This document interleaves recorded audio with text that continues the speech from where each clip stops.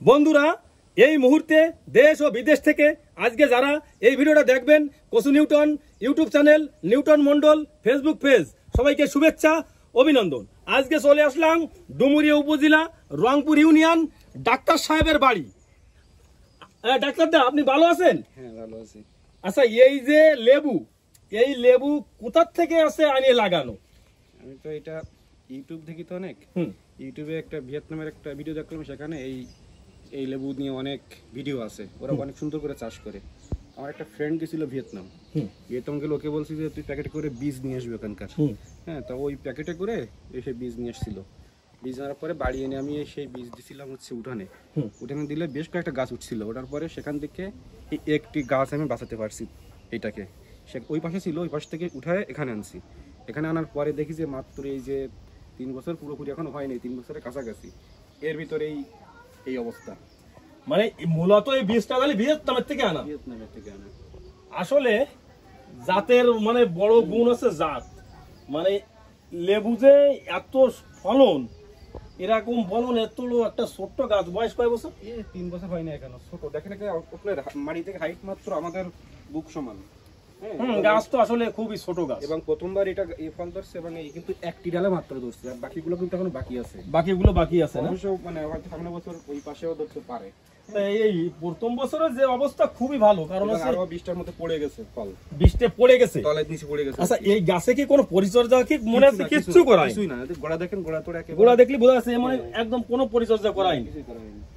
তা এই গাছে যদি একটু বোরন দিতেন গোড়ায়, তাহলে ওই ফলগুলো পড়তো, তাহলে ওই যে 20টে ফল পড়ে গেছে, তাহলে ওই 20টে ফল থাকলে তো গাছে এমনিতে আছে, সব জায়গায় আছে, বান দিয়ে আছে, এই করে রাখতে সব বান দিয়ে লাগে। অনেক ওজন, এটা 2 কেজির উপরে ওজন।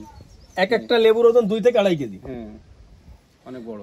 তা অনেকে আছে এই ভিডিও দেখে মানে চারার কথা বলবে। হ্যাঁ, তা এটা পেকে গেলে এটা তখন লাল টকটকা হবে। হ্যাঁ, আর ভিতরটাও লাল অনেক।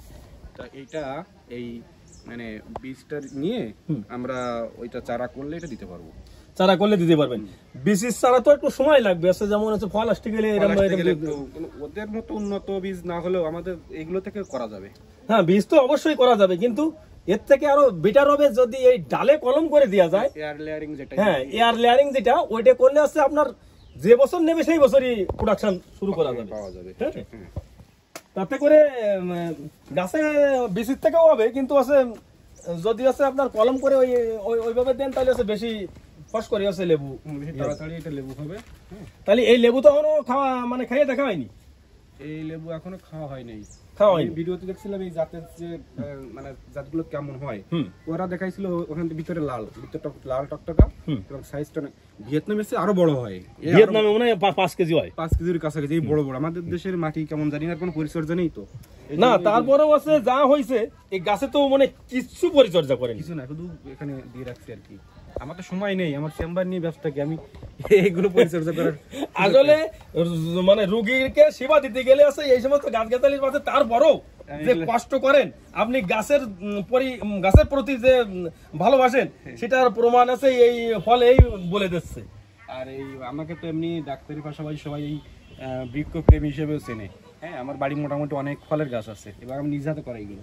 তা আসলে এইভাবে আছে ফল কারা নিয়ে আসছে কাজ করবেন, দেশের জন্য যেমন আছে জনগণের সেবা দিচ্ছেন, এইরকম বৃক্ষ যেমন বিভিন্ন ধরনের ফল ফলাদি, এটাও আছে আমাদের হচ্ছে দেশের চাহিদা মিটাবে। তার নতুন করে নতুন কোনো বিষয় আবার দেখা হবে। সবাই ভালো থাকেন, সুস্থ থাকেন, ধন্যবাদ।